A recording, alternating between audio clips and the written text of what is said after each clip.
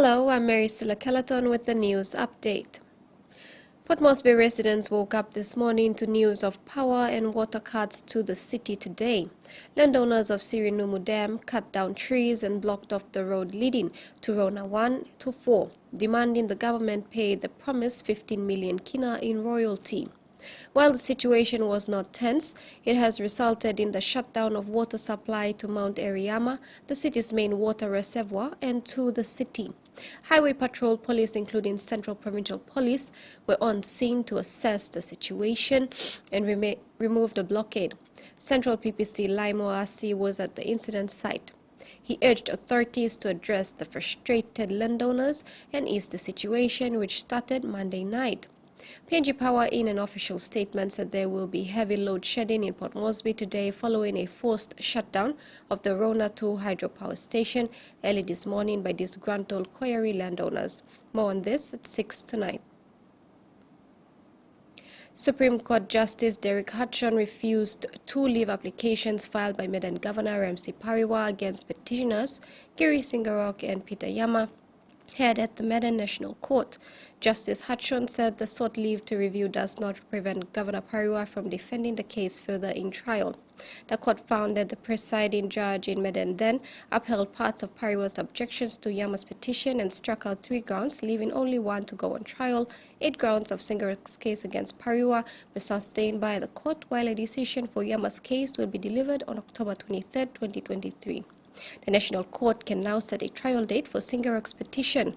Outside the courthouse on Monday, the retired Major General welcomed the decision, saying there is a trial to be had.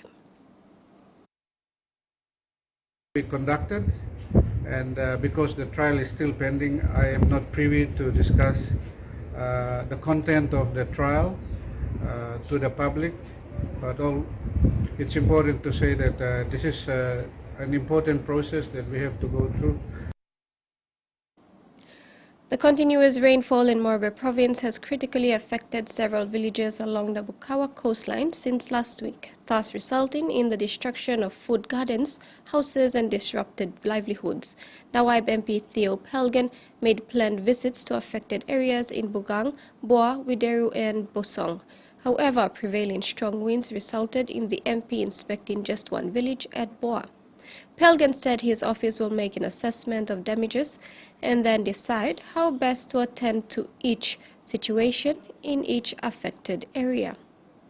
The assessment report will be presented to the Provincial Disaster Office and the Moresby Provincial Government. Pelgan said the NDDA can assist in building support infrastructure at the riverbanks such as Gabon baskets to control the floods and waterways to protect infrastructures like schools, health facilities and personal properties that are directly affected by the floods and landslips. In regional news, State Emergency Service volunteers in South Australia have had their hands full overnight after a wild storm ripped through the state. Homes were left without power. Well, you can see just some of the damage right behind me here in Christie's Beach, left in the wake of this wild storm which ripped through the state. It started in the state's mid-north in places like Port Augusta and Jamestown, then moved through to Adelaide's city centre, where we saw some damage in places like Prospect, where roofs of homes had been blown off, and then that continued to move south into the southern suburbs like Aberfoyle Park and here in Christie's Beach, and then a lot of the work still remaining for the State Emergency Service is in places like McLaren Vale, where they're still cleaning up a lot of the areas here, but including here, this still needs to be cleared because it's still blocking a road. The State Emergency Service says that they've had more than 260 calls for assistance since 5:30 last night, and they expect that number to continue to grow as people start to wake up and start their day and notice some more of that damage. We were in Aberfoyle Park only a short while ago, and we spoke to some residents there after a huge tree had fallen on the front of someone's property. Here's what that person had to say.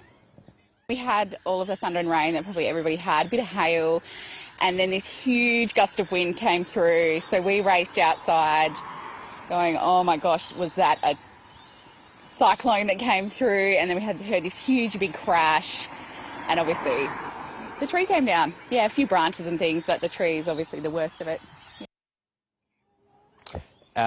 Lucky for Matilda, no damage was actually caused to her property, and thankfully her power still remains on. But for more than 20,000 homes and businesses, they're still without power after last night's wild storm, and they still could be for a long time, with a lot of work to do for SA Power Networks. Over the next couple of hours, they'll be hoping to get a lot of those people on at least by the end of today. But like I said, there's still a lot of work to do for SA Power Network and the State Emergency Service until then.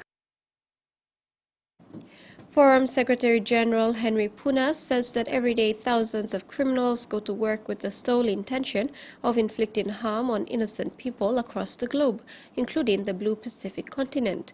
Yet there are plans to meet those challenges head-on, says Puna on Monday in his keynote address at the Pacific Cybersecurity Building and Coordination Conference in Nadi, Fiji.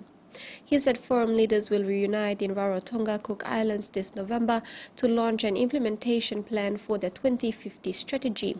The 2050 strategy launched last year for the Blue Pacific continent. Leaders painted a vision for a future in which all Pacific people benefit from access to affordable, safe and reliable ICT infrastructure, systems and operations while ensuring culturally sensitive user protection and cyber security. Firefighters are on high alert in New South Wales with hot and windy conditions forecast.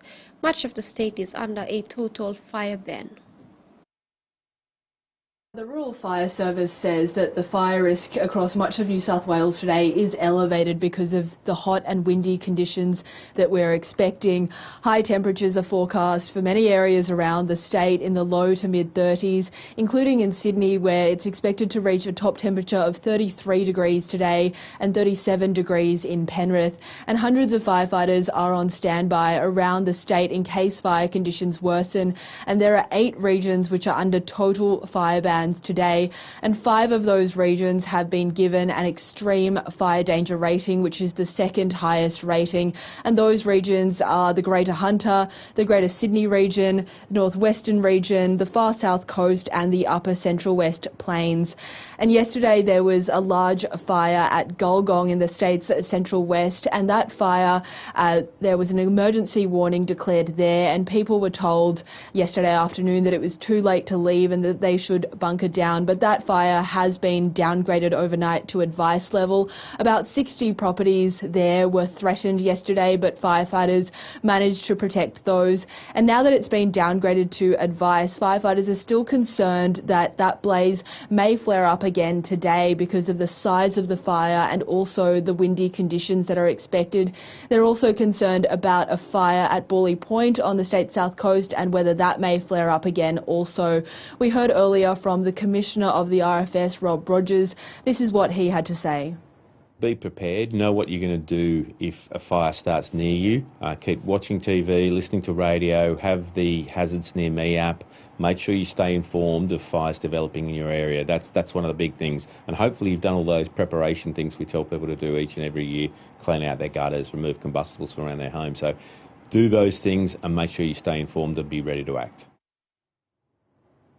As you heard there, people are being advised to be aware of their bushfire survival plans and be ready to take action, especially in those areas which have been given an extreme fire danger rating. At the moment around the state, 80 bush or grass fires are currently burning. They're all at advice level, but 16 of those are yet to be contained. Back home, with crime and lawlessness on the rise in Gulf Province, the provincial police has been faced with a major setback, the Kerma cell block being closed down and overcrowding at the Malalawa police station. The Gulf Provincial Health Authority, in a letter to Kerma Police Station Commander dated August 8, 2023, had condemned the police cell block after health inspectors found the Kerma cell block posed serious health risks to the inmates. The cell block lack proper water supply, toilet and sanitation facilities. The septic system is non-functional with no proper drainage. Gulf Provincial Police Commander Chief Inspector Jeffrey Lem said all prisoners, remandees and suspects locked up at Kerma have been moved to Malalawa Police Station cells since August 4. PPC Lem, in a letter to acting ACP Southern, has urgently requested for assistance for immediate renovation of Kerma and Malalawa cell blocks. He is yet to get a response. In sports, Governor for Medan Ramsey Pariwa said beginning next year and onward, the provincial budget will include sports activities across the province as a pathway for change and development for youth. He encouraged all Medan's youth to engage in sports, to take up sports in each of the districts, as coming next year and onwards, budget will be allocated for major events where they will be required to participate at the district level. He wants to see raw talent progressing on into the international spectrum. He appealed to the PNG Sports Foundation to make their presence known in games that are being hosted in Medan to identify potential raw talent during scouting. That's all for now. Join us at 6 this evening for the main news.